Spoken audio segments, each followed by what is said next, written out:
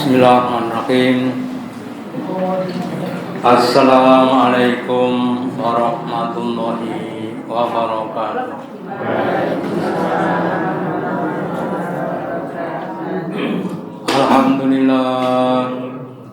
Alhamdulillahilladzi an'amana bi nikmatil imani wal islam. Asyhadu an la ilaha illallah wahdahu la syarikalah wa asyhadu anna Muhammadan abduhu wa rasuluhu la nabiyya wa la rasula ba'dahu. Allahumma sholli ala Muhammad wa ala ali Muhammad kama sholaita ala ali Ibrahim innaka Hamidum Majid wa barik ala Muhammad wa ala ali Muhammad kama barakta ala ali Ibrahim innaka Hamidum Majid. Qala Allahu ta'ala fi kitabihil karim a'udzu billahi minasy syaithanir rajim. Ya ayyuhalladzina amanu ittaqullaha haqqa tuqatih wa la tamutunna illa wa antum muslimun.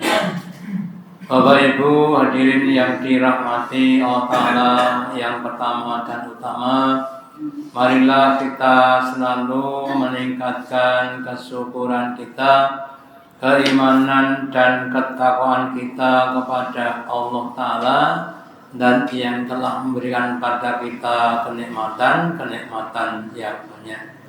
Semoga dengan kesyukuran kita Allah Ta'ala berkenan memberikan kepada kita kenikmatan yang lebih banyak, lebih besar, lebih sempurna di dunia sampai di akhirat. Amin. Namun untuk mensyukuri nikmat itu kadang-kadang tidak mudah, apalagi nikmat yang sudah menjadi suatu kebiasaan, contohnya sehat. Dalam sebuah hadis Nabi bersabda, nikmatani maghbutani katsirun minanas, yaitu as-sihhatu wal faqr. Ada dua kenikmatan yang kebanyakan orang sama melupakannya. Apakah itu? Yaitu kesehatan dan kesempatan. Kalau kita cermati pada setiap kita bahwa sehat kita itu lebih banyak dibanding dengan sakit kita. Sehingga ketika sudah diberi sehat yang panjang yang banyak, seakan-akan itu bukan satu kenikmatan karena sudah suatu kebiasaan. Makanya kadang-kadang orang mengingatkan kita dengan adanya sakit. Salah satu tujuannya untuk mengingatkan kepada nikmat kesehatan. Karena apa? Karena as-sihhatu tajun nikmat. Sehat itu merupakan mahkotanya nikmat. La ya'u illa, dan itu tidak tahu kecuali orang-orang yang sakit. Jadi kalau pas sehat nggak tahu kalau itu bukan suatu nikmat yang baik, tapi ketika sakit baru ingat. Demikian juga tentang anggota keluarga, anak-anak kita, cucu kita, ya. Kadang-kadang itu tidak terasa nikmat karena sudah biasa. Maka di dalam surat Al-Muddathir ayat yang ke-13, Allah mengingatkan kepada kita tentang nikmat anak-anak. Wa banina suhudan, wahai manusia, ingatlah nikmatku kepadamu yang berupa anak-anak yang selalu hadir menyertai kamu dalam suka dan duka. Dulu ketika Pak Harto masih jadi presiden, kalau pas Putin atau Pak Harto ulang tahun, semua anaknya, cucu-cucunya, ya, berkumpul bersama pakai baju batik yang terbuat dari sutra. Dihadiri oleh para menteri, ya. Betapa gembiranya Pak Harto memotong tumpeng diserahkan pada Putin, terus dikeplok, Pak. Seneng buatan. Tapi sekarang sudah setu semuanya, ya. Jadi berkumpulnya anak-anak itu merupakan satu kenikmatan tersendiri, ya. Tetapi itu kadang tidak dinikmati atau tidak karena sudah biasa, ya. Apalagi kalau kita pas hari raya Idul Fitri, okay? Seseorang punya anak 10, ya.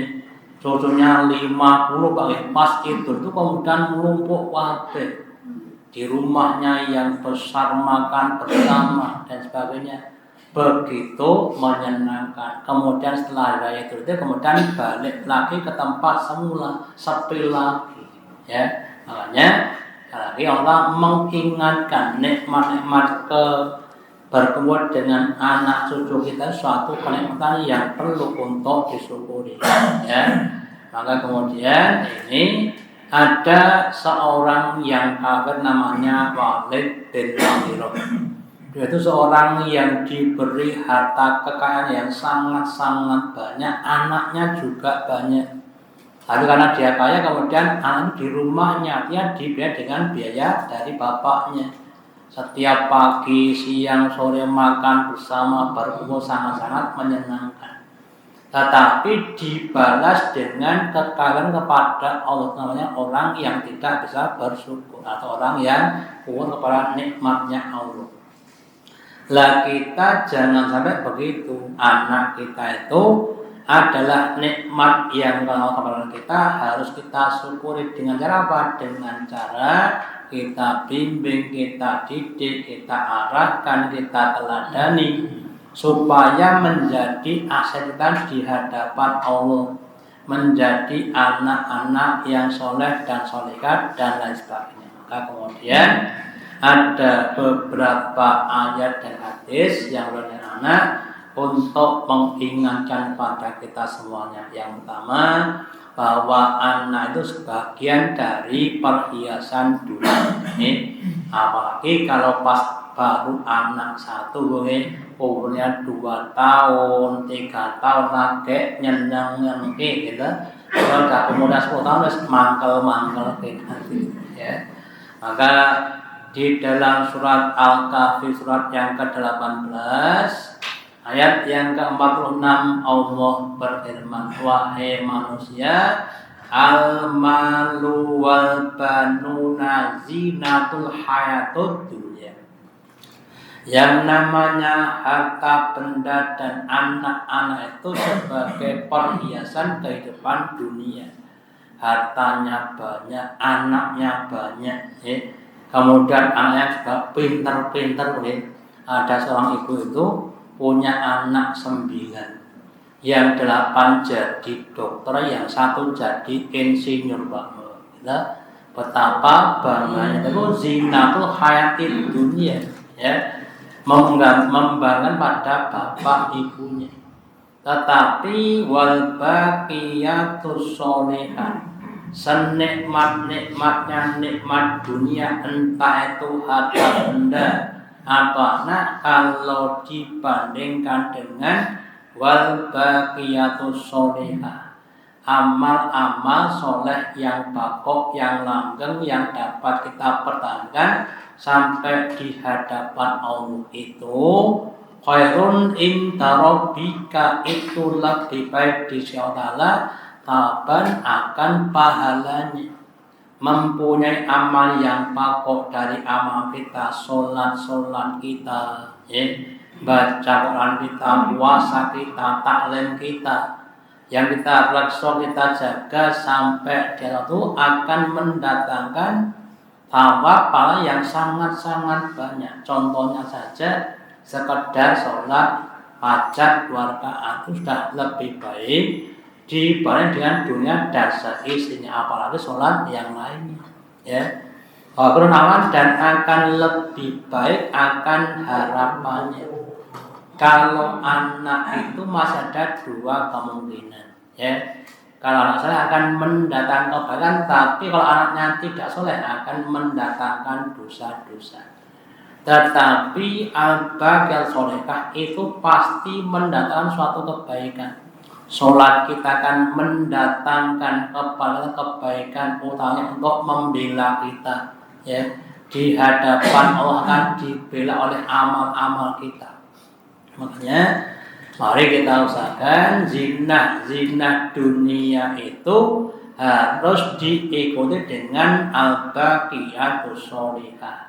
Jangan sampai hanya tertegun atau terpesona dengan nikmat-nikmat dunia, tapi kemudian lupa untuk menyiapkan amal besok untuk akhirat.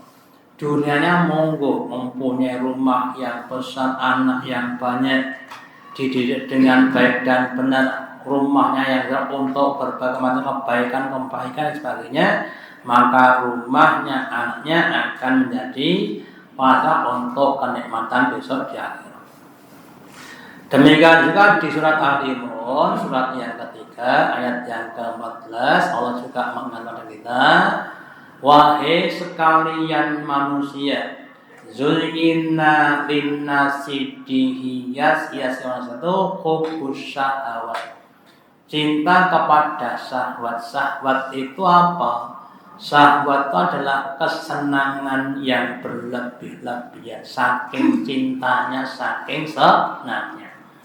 Minanisai yang pertama syahwat kepada wanita, wal banina dan juga syahwat senang kepada anak-anak, wal qanatiril muqantarati dan juga perhiasan minam dari wal fiddati dari emas dan perak, gelang, kalung, suweng, anting-anting gue atau yang lainnya, gelang kaki, gelang tangan, gelang kepala, wal khalil musawwamah dan juga kuda-kuda. Pilihan sekarang adalah mobil-mobil mewah yang bermerek atau motor-motor mewah dan sebagainya.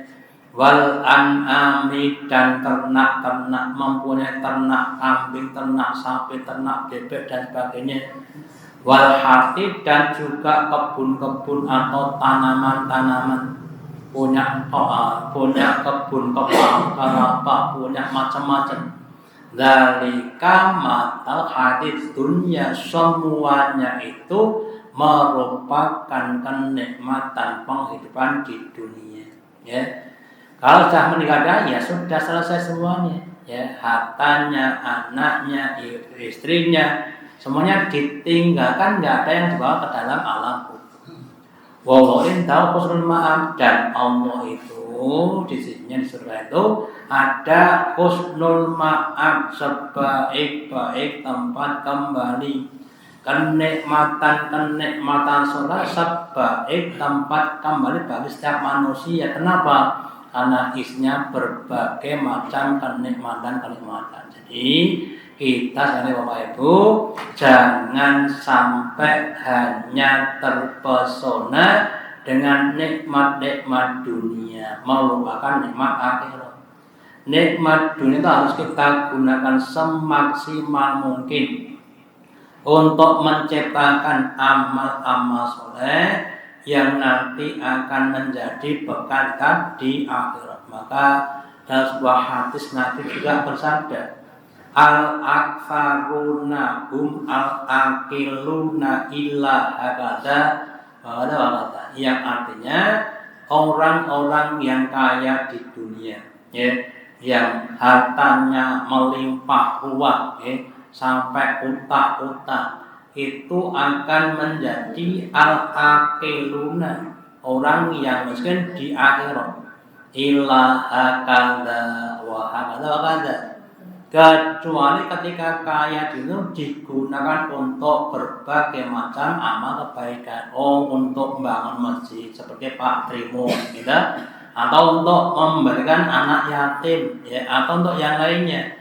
Lah orang-orang yang ketika di dunia kaya dan untuk kebaikan, maka dia akan menjadi orang kaya di dunia sampai besok di akhirat. Makanya Bapak Ibu, seandainya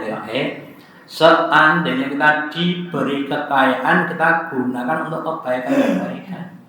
Kan seandainya toh Pak, ya, ada 4 orang, ada 4 golongan. Yang pertama orang yang kaya dan bersyukur, itu nanti akan masuk ke dalam surga. Yang kedua orang kaya kufur, masuk ke dalam neraka. Yang ketiga orang miskin, terus pengen kaya, seandainya kaya dia ingin bersyukur, maka dia seperti yang pertama meskipun tidak nyata. Yang keempat orang miskin pengen kaya, seandainya kaya akan kufur. Belum situ kan, tapi sudah dapat dosanya orang yang kaya yang kufur. Makanya kita harus jadi orang yang pertama kalau bisa nek tenan diparingi bondo sing oke. Lah kalau sithik ya seperti yang ketiga, pengen dadi wong sugih ning pengen untuk bersyukur, jangan untuk kufur. Ya. Pengen sugih untuk apa? Untuk bisa infak, sedekah, zakat, untuk bisa haji, umroh, untuk bisa berkorban di hari Idul Adha dan sebagainya. Ya, bahkan insyaallah akan mendapatkan pahala seperti orang kaya yang bersyukur meskipun belum tentu bisa bersyukur. Ya. Jadi yang pertama, anak adalah perhiasan. Yang kedua, anak adalah fitnah atau ujian. Di dalam surat At-Taghabun surat yang ke-64 ayat yang ke-14 Allah berfirman, ya ayyuhalladzina amanu, wahai orang-orang yang beriman, inna min azwajikum, sesungguhnya sebagian dari istrimu, walum dan anu sebagai adun laku, satu sebagai musuh buat kamu. Yang namanya musuh itu yang suka menghalangi kita untuk berbuat baik. Fahdharhum, maka waspada kepada mereka. Ini ceritanya Bapak Ibu, ada sahabat yang mau hijrah ke Madinah bersama sahabat Nabi yang lainnya. Terus dijawab oleh anak istrinya, Pak, nanti kalau kita hijrah ke Madinah terus kita bagaimana? Rumah kita mau menurut kepada siapa dan sebagainya. Ya, akhirnya dia tidak jadi hijrah. Lah ketika pada musim damai dia ke Madinah sudah mendapati Nabi dan sahabat kemudian hidup dengan damai di Madinah, maka dia goro-goro bojoku ndek-ndek aku arep hijrah ora entuk. Maka kemudian menjadi namanya apa? Pengaruh. Lah demikian juga Bapak Ibu, dimungkinkan pada zaman-zaman sekarang, tidak semua tapi sebagian ada itu kalau suara akan berbuat kadang-kadang menghalang, Pak, rasa korban sih butuh oke. Biasanya korban nggak korban mergo butuh merasa banyak, itu kadang-kadang seperti itu. Atau Pak Arab nanti yo biasa ngaji mbok prai pisan-pisan gila. Pisan pindu, gila, itu seperti itu. Tapi itu sebagian tuh orang-orang sana mungkin kalau sini enggak, alhamdulillah. Nah, maka waspadalah. Wa in ta'u atas aku, dan jika kamu memaafkan, ya namanya manusia seperti itu. Terus kamu maafkan dan kamu kemudian berbuat baik, saya ingin kemudian wa takru, dan kamu minta ampun, maka dan yang maha pengampun lagi maafnya. Jadi Bapak Ibu, sudah menjadi suatu hal yang biasa. Yang namanya setan itu menggoda dari segala arah. Masih ingat kisahnya Mbah Nabi Adam, ya? Ketika digoda iblis enggak mempan, terus kemudian lewat siapa? Godanya lewat istrinya, yaitu Bu Hawa, kemudian berhasil.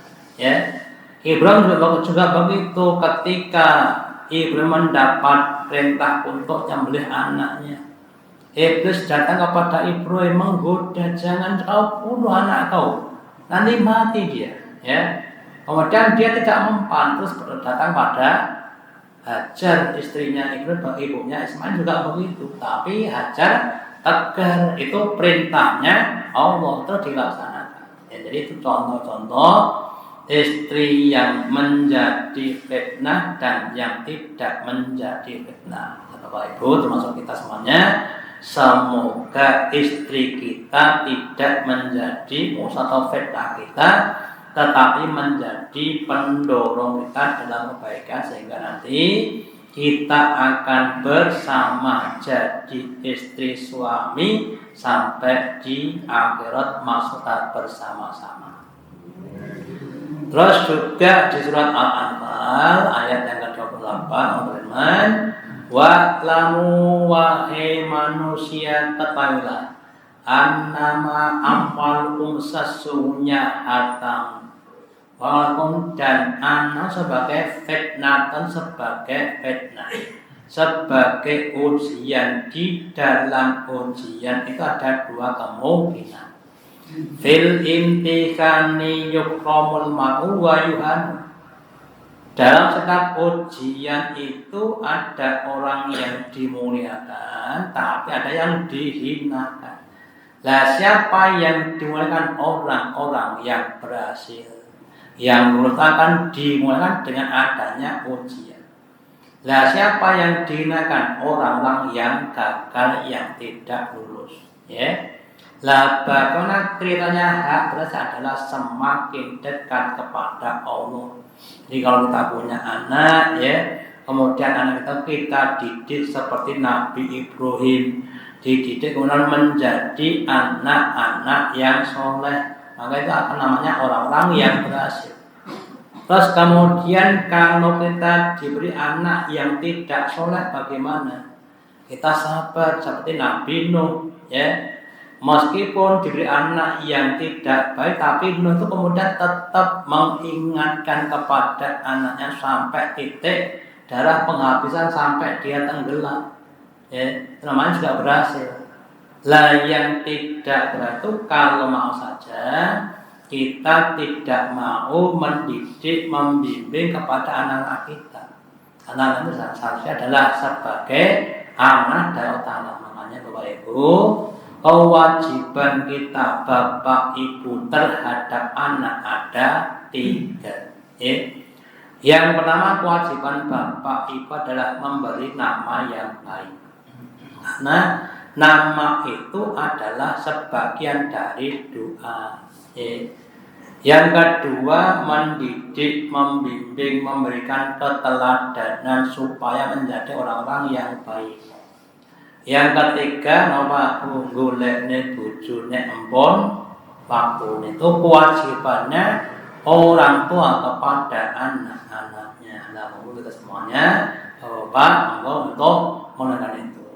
Kemudian doaan Allah Azim, dan tentu di situ ada pahala yang besar bagi siapa? Bagi orang yang berhasil. Kalau kita bisa mendidik anak kita dengan baik, ya, ikhlas lillahi ta'ala, maka pahalanya sangat-sangat besar. Contohnya apa? Bagi bapak ibu yang anaknya dia hafal Quran, bapaknya ibunya akan diberi mahkota yang sinarnya lebih terang dibanding dengan sinarnya matahari. Itu kalau bagi bapak ibunya, ya. Kalau anaknya soleh solehah, insya Allah akan mendoakan untuk bapak ibunya, ya. Robbi firli wali walidayya warhamhuma kama rabbayani shaghira, di dunia sampai besok di akhirat, ya. Kemudian bagi yang tidak berhasil, ya, tidak mendapatkan ajrul adzim. Makanya kita harus berusaha bagaimana supaya anak-anak kita itu bisa kita gunakan untuk mendekatkan diri kepada Allah. Ya, kita harus berusaha untuk bisa menjadi orang-orang yang berhasil. Lah terus caranya bagaimana? Pertama kita mendoakan Allah Ta'ala supaya anak kita menjadi anak yang soleh solehah, sebagaimana dicontohkan Nabi Ibrahim di dalam surat As-Saffat, surat yang ke-37 ayat 100. Nabi Ibrahim berdoa, Rabbi habli minas sholihin. Wahai Tuhanku wa ta'ala, habli, berikanlah kepadaku minas sholihin, dari kalangan anak-anak dzurriyyah yang sholihin, putra-putrinya, cucu-cucunya, cicit-cicitnya bagi semua menjadi dzurriyyah yang soleh solehah. Betapa banyak pahala yang akan kita dapatkan. Tetapi yang namanya doa itu harus disertai dengan suatu usaha. Mboten namung ndonga tok kemudian tidak ada usaha. Setelah kemudian ya dididik, dibimbing, ya diteladani. Makanya nanti sebagian dari kita harus menjadi teladan-teladan bagi anak-anak kita. Madrasah sekolah yang pertama bagi seorang anak adalah bapak ibunya. Kalau bapak ibunya adalah orang-orang yang dapat memberikan teladan yang baik, maka anak itu akan cenderung pada kebaikan-kebaikan. Sebaliknya kalau bapak ibunya orang yang kurang baik, nggak baik ya anak akan jadi orang yang tidak baik tadi ya. Terus doa itu harus kita tekankan ya, dimasukkan di dalam hati, jangan cuma di lisan dan dimakan dalam hati dengan harapan dan takut. Harapan untuk dikabulkan dan takut untuk kalau tidak dikabulkan. Itu adalah adab-adabnya berdoa. Kemudian di dalam surat Al-Imran juga dikatakan, Rabbi habli min ladunka dzurriyyatan thayyibatan. Wahai Allah, wahai Tuhanku, berilah kepadaku dari sisimu dzurriyyatan thayyibatan, dzurriyyah, cucu, anak, cucu, cicit yang thayyibatan, yang thayyib, yang baik, yang soleh, yang solehah. Ya, itu seperti sampaikan bahwa seorang bapak ibu itu besok kalau di akhirat sama-sama pada anaknya akan dikumpulkan. Ya, kalau sama-sama beriman. Cuma kemudian yang jadi masalah kadang-kadang amalnya beda-beda. Ya, bapaknya dulu nggak ngaji, hanya Islam yang biasa. Masuk surga kelas 5 kelas 5, alhamdulillah. Anaknya kemudian ngaji, kemudian di pondok, kemudian lebih pintar daripada bapaknya, masuk di kelas 50 ya, terus nggak ketemu. Anaknya berdoa, ya Allah, bapak saya dulu imannya cuma sedikit, sekarang di kelas 5, maka saya mohon untuk engkau angkat ke tingkat 50 ya. Oh, diangkat jadi tingkat berapa? 50. Cucunya lebih pintar lagi, di tingkat 70. Dulu ya, bapak saya dan mbah saya di tingkat 5 memang tarik ke tingkat 7, ditarik lagi. Itu kalau kita punya doa yang lebih baik. Makanya kita semuanya harus membuat suatu namanya dinasti. Dinasti keturunan yang baik-baik supaya nanti kita bisa diangkat oleh keturunan kita ke tingkat yang lebih tinggi. Kalau banyak yang hanya membuat dinasti keduniaan, kita membuat dinasti keakhiratan. Anak kita harus lebih baik dibanding dengan kita. Jadi kita juga begitu, lebih baik lagi dan seterusnya. Ya, sehingga nanti semakin banyak dzurriyyah yang jadi baik, yang akan mengangkat kita ke derajat yang lebih tinggi. Ya. Terus di surat Al-Furqan, surat yang ke-25 ayat yang ke-74, Allah juga berfirman, Rabbana hab lana min azwajina. Wahai Tuhan kami, berilah kepada kami min azwajina, dari istri-istri, wa dzurriyyatina, dan keturunan kami yang qurrata a'yun, yang bisa menyejukkan pandangan. nek ditonton niku saged marai atine tentrem boten atine gembledhek. Ya. Kemudian waj'alna lil muttaqina imaman, dan jadikanlah kepada kami bagi orang pertama sebagai imam, bapaknya atau satu menjadi imam dari keluarganya, istri dan anak menjadi makmumnya. Ya, sehingga nanti kalau kita ibarat Bapak Ibu, bapaknya orang-orang yang beriman, kemudian mendidik istri dengan kebaikan-kebaikan, kemudian akan menjadi keluarga-keluarga yang baik di sampai besok di akhirat sana. Ya. Tetapi Pak Bu, yang namanya jerbasuki mawa biyo tidak cuma bim salah bim, ya. Setiap cita-cita itu perlu namanya biaya atau pengorbanan. Lah kadang-kadang orang itu kepengin ning boten purun korban. Pengen wong apik ning ora gelem belajar apik kapan dadine. Makanya tak begitu. Kalau kita mempunyai basuki yang tinggi, agar mau berkorban yang lebih besar. Ya. Kemudian kita usahakan dengan ikhlas lillahi ta'ala. Ya.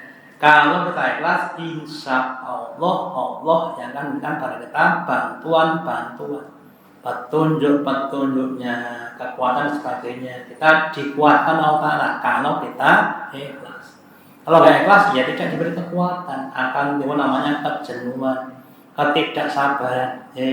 Didik anak kadang-kadang gesok nyenangke, gesok ngangepe. Gitu. Sok nesu, sok guyu, sok nesu. Oke. Itu juga bagi kita nih, sok cocok, sok ra cocok. Tanggal 6 kok cocoknya Bu. Tanggal tua bukan cocok. Gitu. Nah, kemudian kita sekali lagi, kalau kita banyak ibadah, Allah akan satukan, Allah akan rekatkan hati kita dengan istri dan anak-anak kita. Jadi kalau sudah rekat hatinya itu dalam keadaan apapun jadi kepengen. Baik suka maupun akan menjadi suatu kenikmatan kalau sudah direkatkan hatinya. Ya, tapi kalau belum direkatkan hatinya, enten nggih mongso loyo. Sing lanang ngalor, sing wedok ngidul. Sing lanang ulon, sing wedok ngetan. Ora tau gathuk niku nek mboten dicocokne Allah. Kemudian kita doakan supaya Allah menyatukan kita dengan istri dan anak-anak kita. Itu perlu didongak-dongakne. Itu maksudnya nggih. Kalau saya berdoa untuk supaya hati saya dan saya kemudian disatukan terus, ya, dengan anaknya juga begitu. Jika nanti menghadapi berbagai macam fitnah akan bisa menjalani, ya. Cak munggah belum, cak meduk belum, gitu. Antas cak munggah ini kalau kasih nama pena, munggah ini kalau kasih nama pena. Pala sama munggah apa? Aku wedi. Lah munggah apa wedi? Lah munggah apa? Orang itu durian apa? Makhluk ora dur-dur.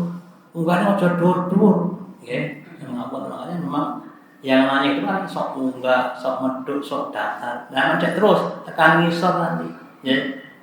Itu namanya apa? Kehinaan. Kalau naik terus ya perkoso, tapi kan sampai di atas, ya. Pada kemuliaan tadi, gitu. Jak sunatnya sithik aja jodoh ya. Gitu.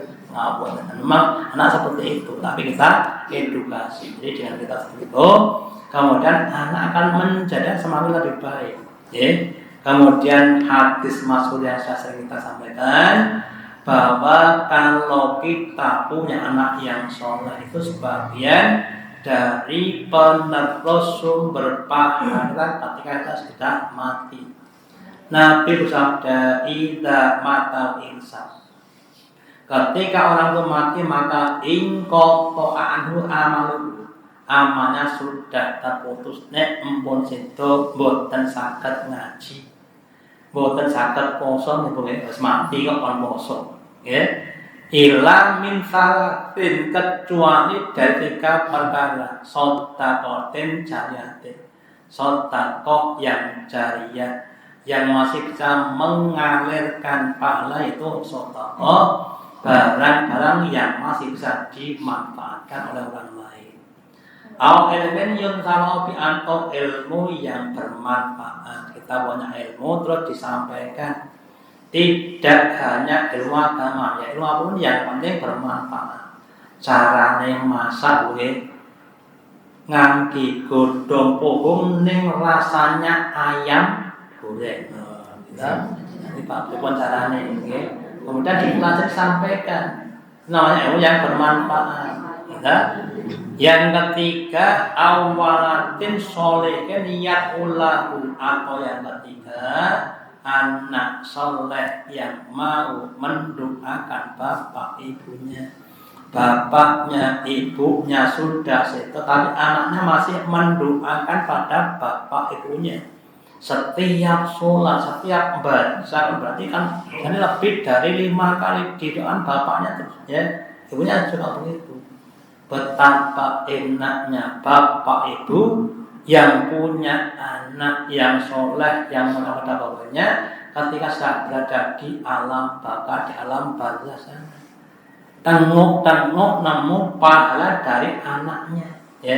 Makanya kita semuanya harus berusaha menanam dulu, ya, kepada anak-anak kita, ditanamkan kebaikan-kebaikan supaya nanti kita bisa panen, ya. Semakin banyak tanaman, semakin banyak panen kita. Nah, kita harus juga mendoakan kepada anak kita supaya anak kita diberi keistiqomahan, boten dak. Nah, kita semuanya termasuk bapak ibu yang mampu dan mau mendidik anak turun kita menjadi anak yang soleh dan solehah dan bersama kita juga sampai besok di akhirat. Demikian yang saya sampaikan, sebagai manfaatnya. Allahumma taqabbal minna innaka antas samiul alim wa tub alaina innaka antat rahim. Kita akhiri dengan doa majelis. Subhanallah bihamdika asyhadu an la ilaha illa anta astaghfiruka wa atubu ilaik. Wassalamualaikum warahmatullahi wabarakatuh.